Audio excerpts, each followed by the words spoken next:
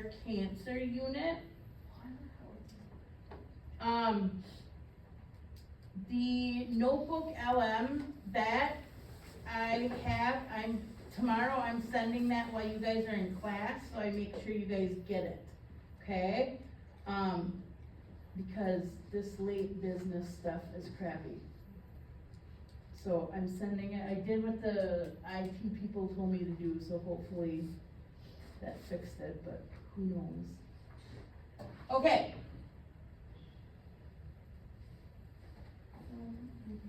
Alright, so when we deal with cancer, cancer has its own special thing, okay?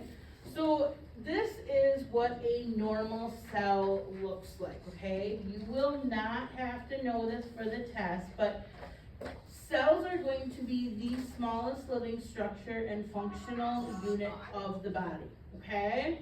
Although human cells are going to vary in size and shape and certain metabolic activities, they have many characteristics in common, okay? One of the big characteristics that they have is they all have a nucleus. And the nucleus is like its control center. So it contains the individual unique DNA sequence of that cell, okay? You're not gonna have to know like what those specific things are on that cell, just know that each cell is gonna be a little bit different.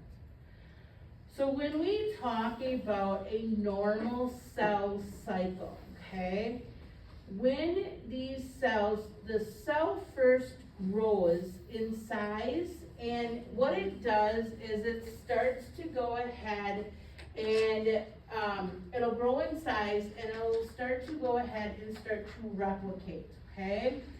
And when they replicate or duplicate, they are a fully independent cell that can go ahead and differentiate, okay? So for the DNA cells, it starts to go ahead and replicate, and it'll go ahead and create a DNA replication of that cell, okay?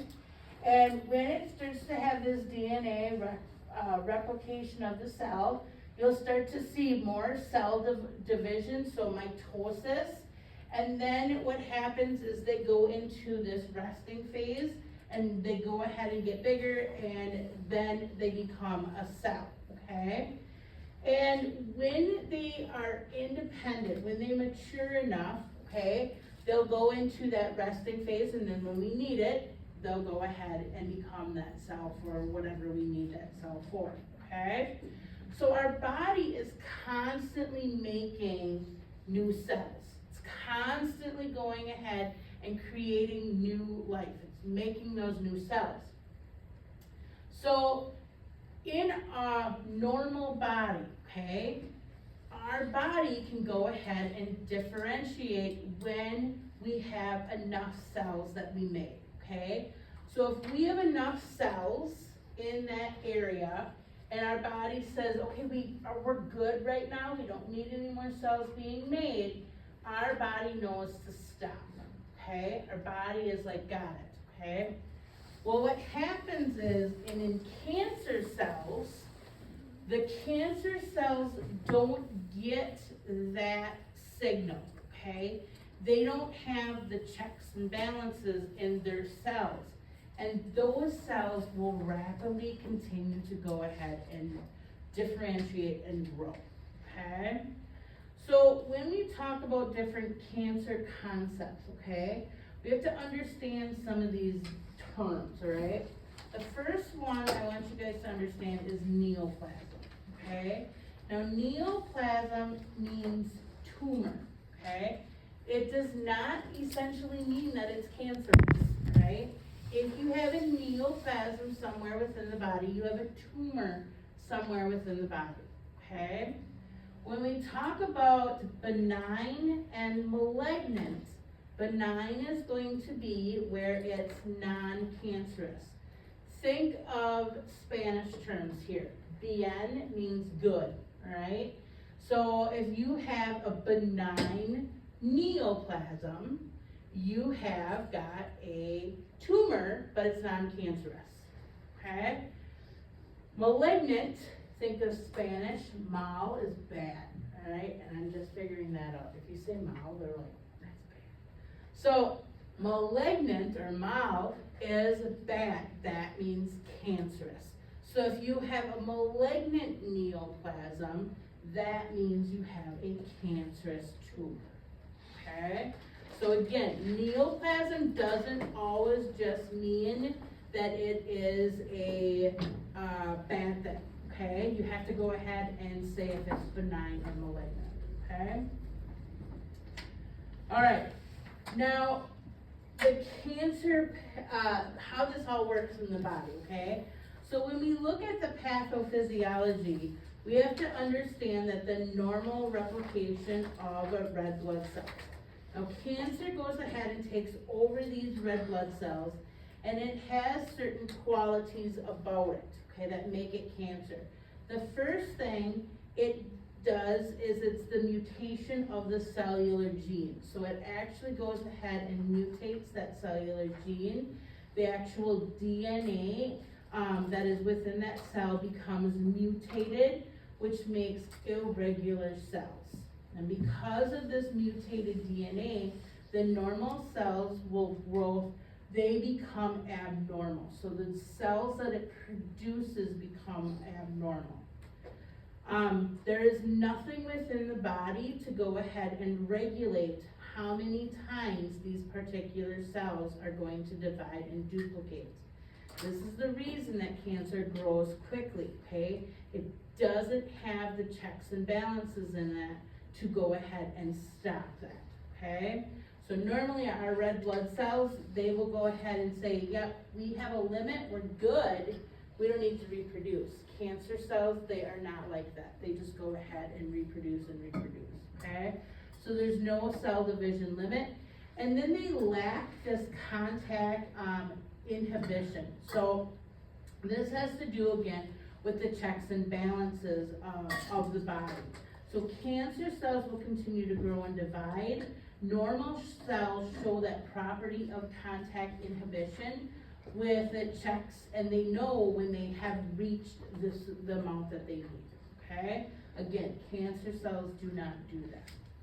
So how do you get cancer, all right? Well, couple different things. So first of all, you have to have a carcinogen exposure. So when we look at a carcinogen exposure, that has anything that can go ahead and increase your risk of cancer, okay? Smoking, right? You're taking in that tobacco, all those carcinogens, that can go ahead and have an exposure. When you look at asbestos, that is one where you go ahead and inhale it. That is a carcinogen exposure, okay? When you think about chemicals, okay?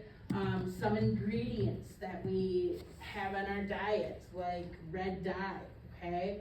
Those certain carcinogen exposures puts us at higher risk, okay? It can also mean environmental.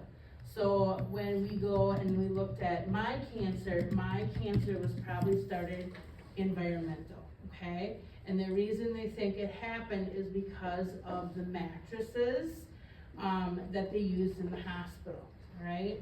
So the mattresses that they used a long time ago had a lot of cancer-causing agents on them to clean the beds, okay? We had to have certain chemicals on those beds because if people were bleeding out or, leaked pus or whatever, those beds had to have that sanitation to it. Now the beds are made a little bit differently and they don't have those carcinogens like they did many, many years ago, okay? So that is a carcinogen exposure. Something that you are exposed to over the course of time. Another thing, you guys, think about your IV pumps, radiation from those IV pumps, radiation from like x-rays, MRI machines, things like that. Those are all cancer causing agents, okay? So when cancer starts, you have to have what we call an initiation, okay? So initiation is the result of an altercation in that genetic structure, right? So something caused, that carcinogen exposure caused that initiation. You always have to have that initiation. So something that's going to go ahead, bless you, and change that alteration in the DNA or that genetic structure. When you have promotion is going to be repeated exposures to that, bless you, carcinogen exposure, okay? So again, we think about it as if you smoke once, okay, that doesn't mean you're going to get lung cancer, right? Because you just smoked that one time, you exposed yourself to the carcinogen, you had that initiation, but you're not having that promotion where you're continuously smoking and continuously being exposed to that. Does that make sense? Okay. And then we have this term called progression. Now for progression, this is when the body goes ahead and further genetic mutates occurs, leading to the growth and then metastasis throughout the body. Okay, so that's progression. So what puts us at risk for these? Well, probably the biggest one is going to be oncoviruses. So oncoviruses is an RNA virus, and that can insert their RNA into the cell. And when we have that, then that person is exposed to that oncovirus. And some examples of oncoviruses are going to be HPV, okay? Now we do have a vaccine against HPV. Some people do not vaccinate their children, so they are at more risk to develop these oncoviruses, okay? Both boys and girls are right around the teenage years. This is when it's offered to them. At first, you guys, I was like, ooh, I don't know if I want to give it. But I think Gardasil, it was like 17 different types of cancers that it goes ahead and stops, okay? Stops the growth of it. Another oncovirus is the Epstein-Barr virus, okay? That is well linked to certain types of cancers, and remember the Epstein-Barr is associated with mononucleosis. So anyone that had mono, that's the initiation that could potentially cause cancer down the road, okay? The other one is going to be radiation, okay? So radiation, when we think of this, these are increased exposures prolonged over time, okay? This can also be due to sunlight, guys. Think of radiation from the sun, skin cancer, right? And then where skin cancer is going to go ahead and go to. X-rays, okay? CT scans, right? We don't want to go ahead and send these people through X-rays and unwanted CT scans because now we're putting them more at risk for a cancer-causing agent because they're allergic to all those, or not allergic, but all those exposures to radiation, okay? So you try not to go ahead and just be like, oh, let's just go ahead and get an X-ray, or let's go ahead and get a CT, unless we really need it because that exposure to those radiation, okay? People that have like, for prostate cancer and they have those implanted seeds, that radiation, okay? So there's radiation all around, right? Certain chemicals, when we think of chemicals, they're everywhere. They're in the air, food, water. Smoking is probably gonna be your most common. The book states that 30% of all cancer deaths in the United States and 80% of all lung cancers are associated with smoking, okay? So again, chemicals within the air, all right? Air, water, wherever, okay? Ground, there can be chemicals within the ground. Think of the farmers and how, when they have to get rid of all that manure, and if they gave their cows certain chemicals to now make or produce more, now those chemicals get leaked into the ground, right? So then you have that. Irritants, okay? Chronic exposure to like asbestos. Genetics, okay? We're gonna talk a lot about the role of breast cancer, all right? So again, if family history has it, we have to be careful. We have to be watching those individuals. Now, my mother-in-law, she's a breast cancer survivor now twice. Her daughters don't have any form of breast cancer whatsoever. They don't even have the gene. However, it skips a generation. So guess what? It's my daughter, okay? So my daughter, they already know that at the age of 20, she's gonna start getting mammograms done because of the high risk of the breast cancer gene, okay? So again, and that is a dad to a daughter, okay? They still have that genetic compound, okay? Diet. We talk about prevention when we talk about colon cancer, okay?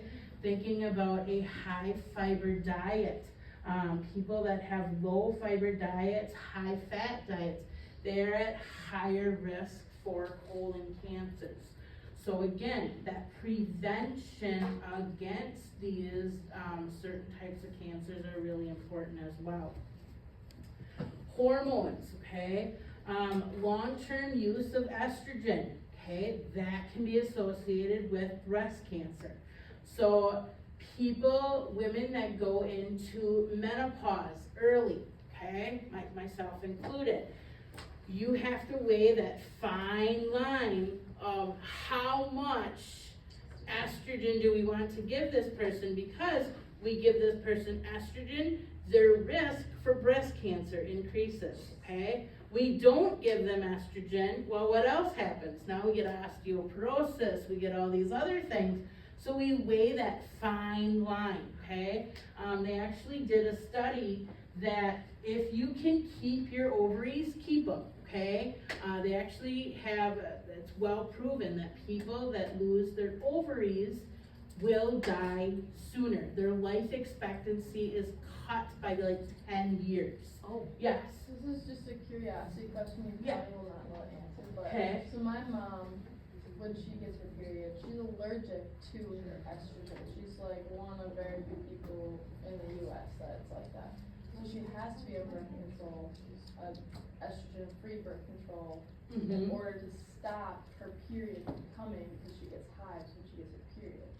So then if she were to get her ovaries taken out, do you think that still increase the risk if she's allergic to her Yes, estrogen? it still would increase her risk. Yes.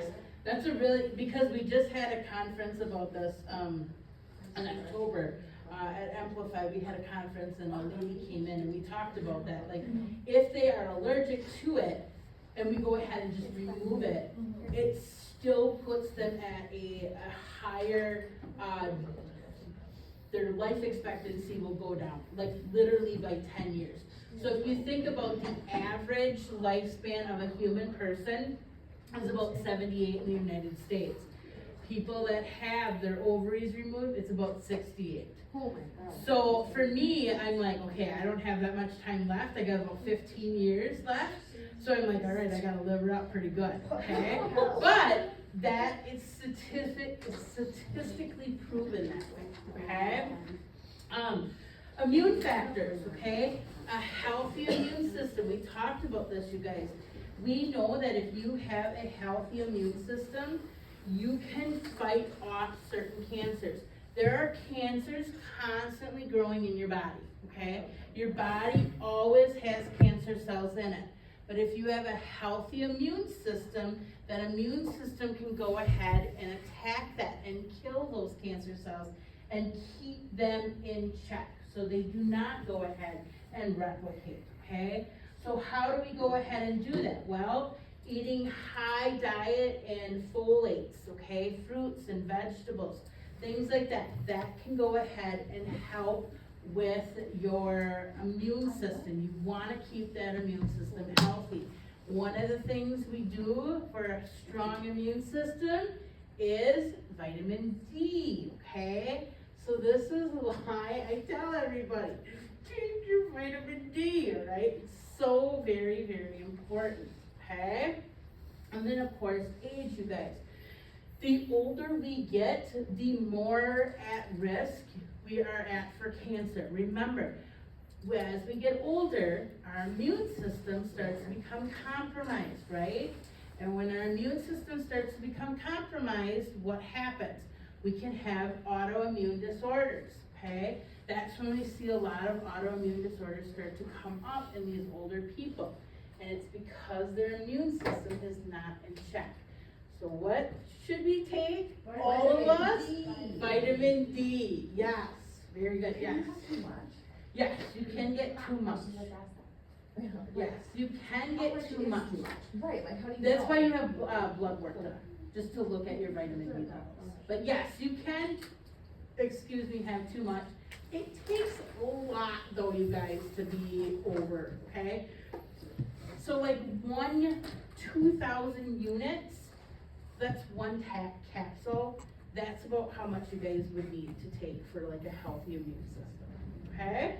So, there you go. All right, so different cancer types. So when we talk about different cancer types, the first one that we're going to talk about is carcinoma, okay? Now carcinoma is going to be any cancer that occurs within the skin, the GI system, or the lungs, okay? So that is going to be termed carcinoma. So any GI, lungs, that's termed carcinoma. Sarcoma is going to be a muscular type of cancer. This is going to deal with more of our connective tissues, our nerves, cartilage, muscle, and bone, okay? That's going to be sarcoma. Leukemia is going to be a cancer of our WBCs, our white blood cell count. Lymphedema or lymphoma is going to be cancer of our lymph nodes and the spleen. And then melanoma is just strictly skin cancer, okay? So you can have carcinoma. Carcinoma can be part of the skin as well, but when we talk about melanoma, that is just skin cancer, okay? So when we look at melanoma, this is a very great picture. This is a picture that your book puts out of melanoma, okay? You can see the irregular border, the black areas. You really want to go ahead, if you're fair skinned, actually they recommend it for anybody to see a dermatologist once a year, okay? Just to get that full skin check, just to make sure everything is looking good, right? They go really, really quick, but man, they are thorough and they look for different areas. Now for me, I was just at the skin cancer doctor and they had to burn pretty much from here to here. This was all starting like a precancerous basal cell carcinoma, okay? So one of the treatments is they go ahead and they burn it off, right? Yeah. I did one of my clinical rotations over in Durham. Mhm. And women are more prone for the melanoma on the backs of their legs and their backs. Yeah, So, because think about it, can we see back there? No, okay? it's weird that's like women and not men. Mhm. Women are more prone to that. Well, think about women, how they wear their sun bases, you know, men normally wear shirts, you know, over it, so, again, very, very important to wear sunscreen. How many of you guys wear sunscreen every single day? Every day. You should be wearing sunscreen yes. You guys, think about, okay, and I know you guys are gonna be like, this is nuts. But the lights are exposing some rays and that can go ahead and put you at a risk, okay? I wear sunscreen every single day of every day of the year, all right? And it's just something that people should do. It's just better for your skin, okay?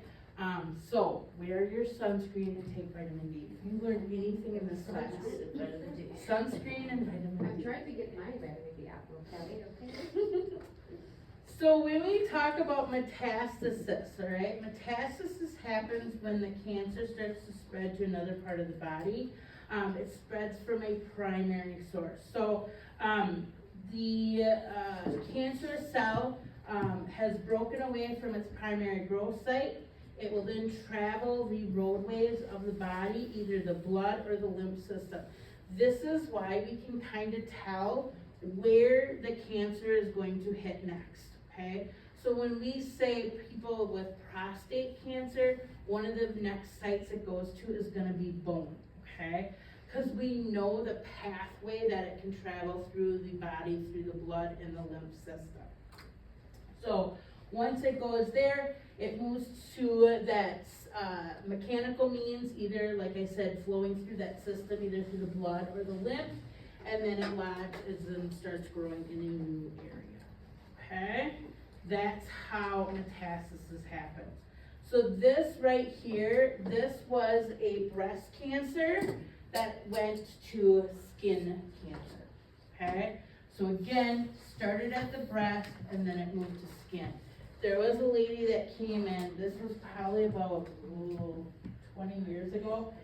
She came in and her right breast, she was afraid to have a mammogram done, okay? I don't think people really explained it to her, like exactly like what was gonna happen during a mammogram, but she was terrified of having a mammogram done. So she came into the emergency room one night and her right breast, you guys, was as hard as a rock and it was red, okay? And she was like, I've been having so much pain in this breast. And when we started asking her questions about how and when did this breast start looking like this, she was like, it's probably been about 3 months. But she never went in, okay? She never got this checked out. By the time she came in, she was at stage 4, and she lived 1 week. 1 week. This was a very treatable breast cancer. If she would have got that checked out, she would have been okay, right? So again, not that understanding of what that means, what having a mammogram done, understanding those things is so important, okay? Wow. So that is a stage metastasis to the skin. Now, the number 1 common cancers in men and women, look at this, it just blows my mind, prostate and breast. Where is all that coming from? Think about prostate and breast. That's hormones, right? That's hormones, okay? So again, prostate, breast, and lung is number 2, and then colorectal cancer is number 3, okay? Now, colon cancer can be prevented, you guys. It can be prevented by having your colonoscopies done, all right? That's another thing people do not want to have done, all right? It is not that bad. The prep sucks, but I would say the colonoscopy part, you don't even know it, okay? And they have newer things out there now, Cologuard, things like that. It's so important to have that done because, like I said, it can be 100% preventable. Isn't it, I have a question, isn't it like also for if you don't wanna get colonoscopy, like those tests that they send to So you at home? that's Cologuard, Is yeah. it really like, So Cologuard is good, but not good for people that are at high risk. so if you have like history, if your family has history of cancers, you should not be doing that test Then you should be just doing a colonoscopy. Oh, that's A Cologuard is someone for an average risk, okay? No family history, no blood in the stool, nothing like that. Like nothing is going on in your family history. Oh. Then you're fine for a Cologuard, okay? But the thing about a Cologuard is, you guys, is even though you go ahead, you poop, and you send it back in, those sometimes can come up false positives, okay? So then you're gonna have to go ahead and have a colonoscopy anyway. Okay. That's not good. So every 10 years, for people with normal health history, if they find polyps or things like that, then they do it about every 5 years. If you have a history of it, and have risk factors, then it's it depends, either every year or every 3 years, okay? So for me, I was at every year, now I've graduated to every 3 years, so I'm good for that, alright? Prevention, so the best way to treat cancer is to prevent it from happening in the first place. So, big thing, early detection, like I said, breast cancer, if you get your mammograms done, okay? Mammograms, and do breast exams, okay? Testicular exams, I know when we think about testicular cancer, that normally happens in kids about 15 to 30. No kid between 15 to 30, a guy, is gonna say, oh, I have a lump down there, okay? So again, making those conversations normal in your family, making them, it's okay to be asking those questions. I remember the first time I taught my son how to do his testicular exams. He was like, I'm grossed out by this, and I'm like, that's fine, you can be totally grossed out about it, but if something were to happen, these are the steps that you have to take, okay? So again, having those conversations with them and having conversations with women as well, how to do a breast exam, okay? I've taught my daughter how to do them as well. Like, it's important that they know that kind of stuff. Regular screening, so we check for PSAs in people that have prostate cancer, tumor, marker for prostate cancer. We look at genetic testing, okay? This brings up a lot of ethical issues when we think about it. So, Angelina Jolie, okay? She had a total mastectomy done because she had the BRCA gene. And so she was like, I'm just gonna get them all taken off because I don't want that to happen, okay? That's fine. Some people don't wanna know that, okay? Some people don't wanna know that if they're gonna get cancer. So it's very an ethical decision. That doesn't mean that 100% that she's not gonna get breast cancer in the future, okay? She still has a chance of getting breast cancer in the future, just from the tissue that is left behind, okay? So again, when we think about genetic testing, this is kind of like creating that perfect human, okay? Healthy lifestyles, thinking about no smoking, lower fats, diets that have high fats, those are more tendency to colon cancer. So making sure that we eat better. Protected foods, okay? Lots of folate, alright? So folate is gonna be your dark greens, leafy vegetables. Spinach should be your friend, okay? Flaxseed, okay? Huge, you guys. My niece did a study, I think I told you about this, about breast cancer. Flaxseed, huge, huge, huge. Just put it in your yogurt. Yeah. It doesn't matter if like the leafy greens are cooked or not? It doesn't matter. It doesn't matter. Just as long as you get leafy greens, okay? Every day in our house, we have spinach, okay? The kids hate it, but I don't care. Spinach is good for you, okay? But folate, and then flaxseed. So I do hide flaxseed in a lot of stuff my kids, that I cook for them, okay? One of the things I put flaxseed in is tacos, okay? I put it in there, they don't even know it because the coloring. So my son, even though he thinks he's getting tacos, he is getting a little bit protected of the flaxseed, okay? You can put it in certain bakeries, things like that. There is a banana bread that I make that I put flaxseed in the banana bread. You would not even know it is in there, okay? So again, there's certain little tips and tricks and things like that to get people to eat it, okay? Fruits and vegetables, again, very, very important. If people don't like those vegetables, chop them up. Sometimes you can hide them in certain things. Again, one of the other things I put in my tacos, and my son doesn't know it, is green peppers. Doesn't even know it, but I chop them up very, very finely, and he thinks they're great, okay? So, again, hiding that stuff. And then, of course, vaccines. Probably the most common one is gonna be Gardasil, and that's recently come about. I would say now it's been on the market for about 10 years, but it does a really good job with the some of the common cancers, okay, that you can get, okay?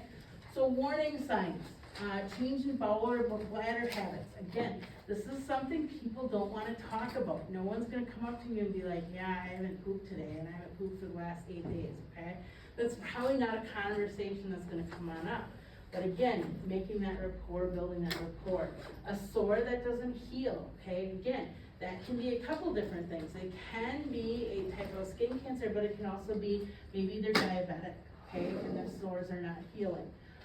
Unusual bleeding or discharge, thickening or a lump, indigestion or difficulty swallowing. We just got done with one of our GIs.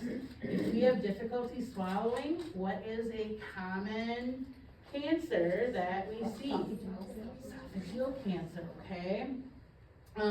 Indigestion, obvious change in warts or moles, and then a nagging cough or hoarseness. Think about our smokers, okay? And they start coughing, and that's normal for them, right? And they keep having this nagging cough. Well, that could potentially be lung cancer, right? And they just don't go to the doctor, they don't get anything done about it. So how do we diagnose it? Well, we need to go ahead and do a biopsy. That's always the gold standard. You need to make sure that we're actually treating the cancer. We can do radiological studies, x-rays and CT scans to see has it affected anything else. Nuclear image, so that's gonna detect abnormal cell growth early.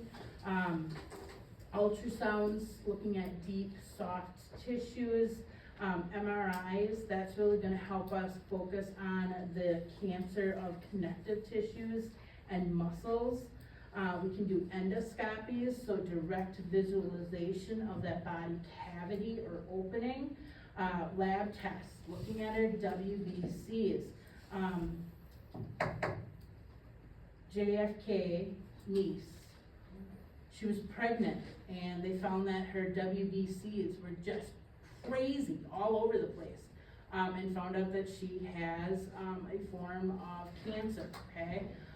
So again, looking at that, bone marrow, tumor markers, they can go ahead and look for that. Cytology studies, when we look at that, is formation, structures, and functions of those cells, okay? All right, so staging. When we stage a cancer cell, okay, they really look at 3 different things. They look at the tumor, they look at the nodes, and they look at metastasis.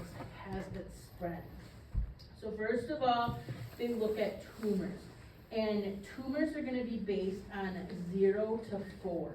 So 0, no evidence of a primary tumor. 1, it's a small tumor, and a T4 would be a very significant tumor, okay? When we look at nodes, 0 is gonna be no lymph nodes that are gonna be involved. And then 1 to 3 really measures the involvement of the lymph nodes. And then metastasis is all or nothing. So either you have it or you don't, okay? So if you have a T1, N0, M0, you have a pretty small tumor that has not metastasized, okay? So it's pretty treatable. But if you have a T4 and 2M1, now we've got a pretty significant tumor within that body. It has metastasized to some of the lymph nodes, and it's metastasized to other areas of the body, okay? Nodes of 0 to 3. Nodes are gonna be 0 to 3, yes. And, metastasized if it's just one? It's If one or nothing. zero? Yep, Okay. 0 or 1, okay? So when they found my tumor, you guys, it was a T4N2M1, okay? So that's where I was when they found my tumor, right? It had metastasized to the colon, and it had metastasized to the ovaries, and that's where they found some lymph node involvement in there, okay? So that's how they go ahead and do those staging. So if you see that in some doctor's notes, you're gonna see those nodes, okay? So our therapeutic interventions, right here, these 3 things, these are your gold standards, okay? We're gonna do surgery. We want to go ahead and see if we can remove the cancer, okay? If you can go ahead and just cure it with surgery, great. Then you don't need to go ahead and do radiation or chemotherapy. But if you go ahead and you do surgery, sometimes we have to go ahead and shrink it first before we can go ahead and remove it, okay? So then we have to do those combinations. But these 3 things are going to be our gold standards in treating cancer. So when we talk about some of the side effects, so radiation, this is one of the treatments that they'll go ahead and do. Radiation destroys cancer cells by affecting the actual structure of the cells as well as the environment that surrounds it. But with radiation, there comes a lot of side effects, okay? One of the biggest ones that people are gonna see is fatigue. They're gonna be extremely tired. When my dad went through radiation for prostate cancer, he would get up in the morning, and just getting up in the morning was taxing for him, and he would have to take a nap, okay? So fatigue is gonna be huge, you guys. Nausea, vomiting, anorexia, not wanting to eat, mucositis, and what mucositis is an excessive dry mouth, okay? Xerostoma, we say xerostoma, that just means dry mouth. Mucositis is an excessive dry mouth. You can also have skin reactions, so the skin reactions, what they'll happen is they'll get a burning, or like a burn, or like a shiny texture to that area.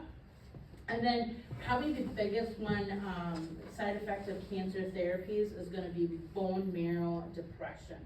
So as we're killing those cancer cells, we're also killing good cells too, so their immune system goes down. So these people, you do not want to go and have them in large crowds because they are very prone to infection. So when we talk about radiation safety, anyone that is receiving external radiation therapy, they do not emit radiation. So they do not have to have the required safety precautions before or after treatment.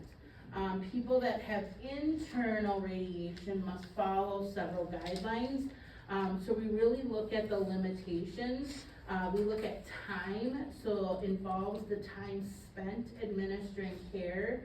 We look at the distance, so that involves the space between the radioscope and the nurse, and then shielding. That uses the barrier like the lead apron. So people that have, if you're dealing with people that are radioactive, you have to wear that little radioactive guide to see how much radiation you're being exposed to, okay?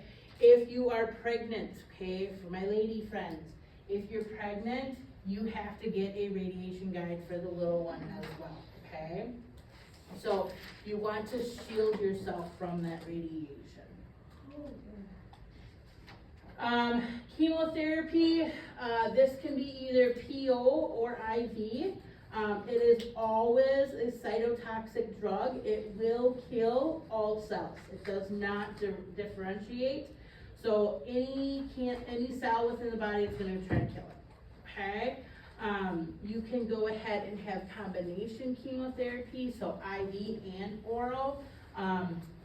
Probably the most common is gonna be IV, but sometimes the people will take PO as well. So side effects of chemotherapy, okay? When we say bone marrow depression at NARDE, NARDE means the lowest point, okay? So these people cannot fight off infections. They will have WBC counts at like 0.9, okay, or 0.1. These people are at very highly risk for developing infections. So if us coming in with, like, for me, like a scratchy throat today, I could not take care of that patient, all right? I would want to go ahead and say, no, I'm not feeling 100%. I could potentially go ahead in that room and kill that person, okay? So you wanna be very, very aware of that, okay? When we talk about leukopenia, that's decreased WBCs.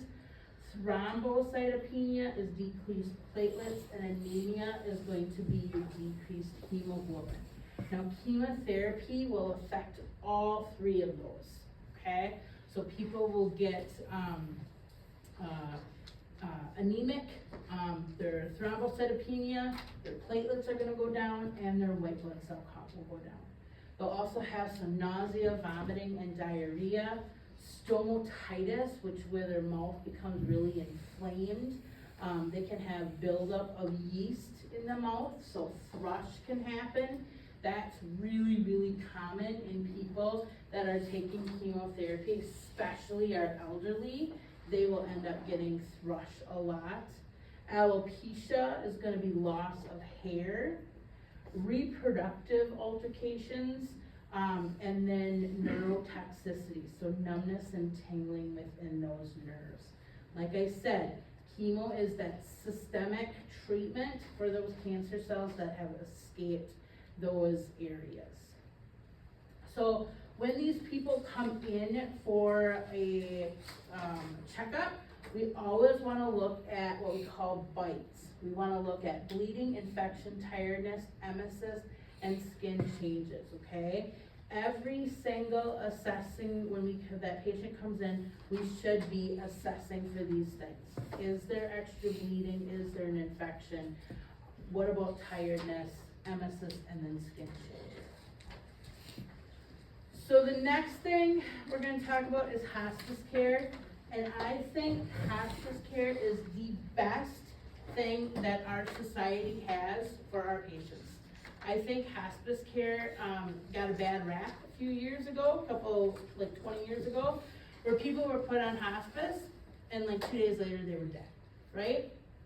So hospice care is really looking at the quality of life, not the quantity of life. People are normally put on hospice and they have less than 6 months to live, okay? Now, I had a guy that was on hospice, I swear, like 4 different times. He would be on hospice, and he would do so well that he would graduate, and they'd take him off the hospice, okay? And then he would live for another year, and he'd be doing fine, and then all of a sudden he'd start to go downhill a little bit, and the family's like, all right, we're gonna put him back on hospice. And the little shit did really, really well, and he graduated from hospice again. So hospice doesn't always mean a death sentence. Sometimes people that go on hospice actually live longer, okay? Because we're treating the whole person and not just that disease, okay? So we're treating their mind, we're treating them spiritually, we're treating them emotionally. And sometimes those components help that person stay living a little bit longer, okay? The nice thing about hospice is they follow up with families up to a year after. So if family members are struggling or if they're having a hard time coping, hospice is there for family members as well. You can either do it as inpatient or outpatient, and it consists of an interdisciplinary team. There was a guy, we put him on hospice, and he was like, I need to talk to a priest. I need to talk to a priest. And I think that was the one thing, and this was holding him up. Like, he needed to get his conscience clean. He actually confessed to a murder on his deathbed, okay, to a priest. And the priest was like, they actually had social services there in the whole 9 yards. And he was on his way out. But he needed to get that off his chest. He needed to talk to somebody. And he did, and the priest said that if you're truly sorry for your sin, and he truly was, and that's how it goes. So sometimes they need to have just that whole completeness before they will go ahead and pass, okay? But I think it's probably one of the best things in our society right now that we have for our patients, that we can go ahead and give them that comfort towards the end of life. All right, last thing that I'm going to talk about, and this you will need to know for your test. You're going to need to know how to differentiate these, okay? So, the first one, these are oncologic emergencies. So these things can happen when people have cancer, okay? So the first one is going to be superior vena cava syndrome.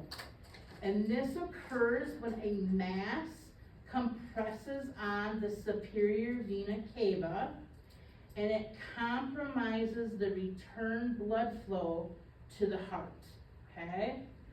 The biggest culprit to this is going to be lung cancers, all right? So signs and symptoms, what we're gonna see with these individuals, they're gonna be short of breath. They will have facial swelling. They'll also develop airway compression, laryngeal edema. They can have pleural effusions, and even sometimes cerebral edema, where the brain starts to swell. Okay?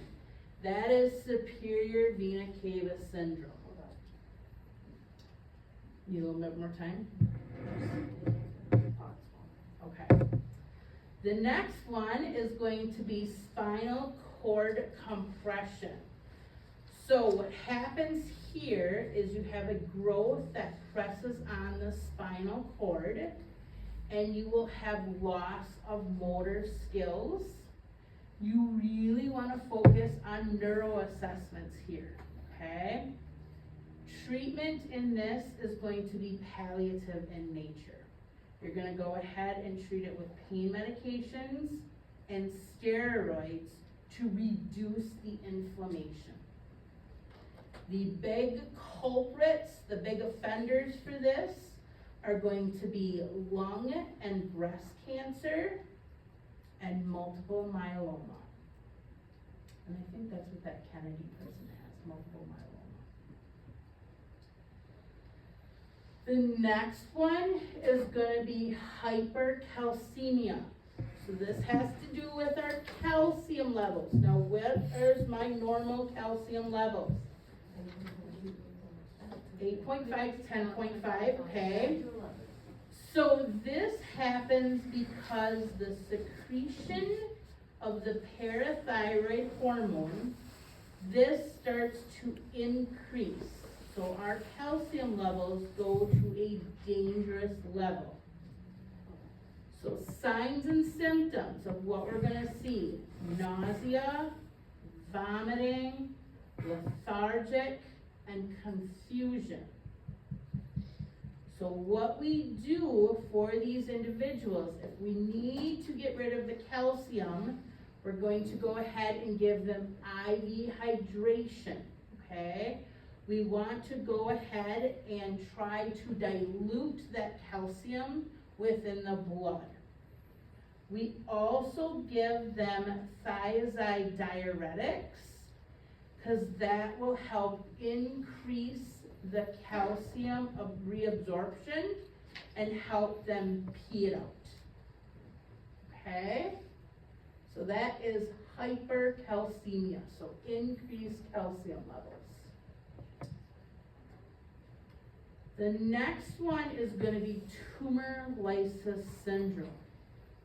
So, as those cancer cells die because of the chemotherapy, those cell walls will start to break down. And when those cell walls break down, they release potassium, phosphorus, proteins, and nucleic acid. Now the nucleic acid, that further breaks down into uric acid, okay? So this increases uric acid and can result in renal failure. The release of potassium can cause hyperkalemia, which can lead to cardiac dysrhythmias and even death if we don't get it. High phosphorus levels can cause neuromuscular irritation that can lead to seizures. So what we do for these people is we give them those diuretics to increase their urine output and give them potassium excretion drugs to get rid of that extra potassium, okay?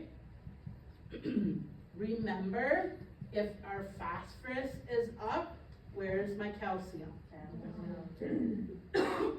So we have to give them calcium as well to prevent any cardiac arrhythmias. All right? And in some severe cases, you guys, we even might have to do dialysis. All right? And then the last one is DIC, or disseminated intravascular coagulation. Basically what's happening here is there's an abnormal activation of the clot formation in fibrin, and so they have this massive clotting within inside the body, and they use up all of those platelets, and so these people start to bleed out everywhere, okay? I've taken care of too many people that had DIC, and it's just something this is what nightmares are made of. They bleed from their eyes, their nose, their mouth, their ears, the vagina, their rectum, everywhere that you can have an opening, they bleed, okay? It looks like a flippin' horror movie when you take care of these people, okay? All we do is we just give them FFP, FFPE, we give them platelets too, but honestly, they look awful when they go into DIC. Has anyone ever seen it? Well, not exactly that, but yeah, I knew yesterday or Saturday, my resident was on warfarin and it just came out of everywhere. It looked like a murder scene. Yeah, it's terrible. So, bleeding, okay? Questions? All right, tomorrow we'll do chapter 18 and chapter 19, and then we'll also do a review for I'm also gonna sell that notebook LM.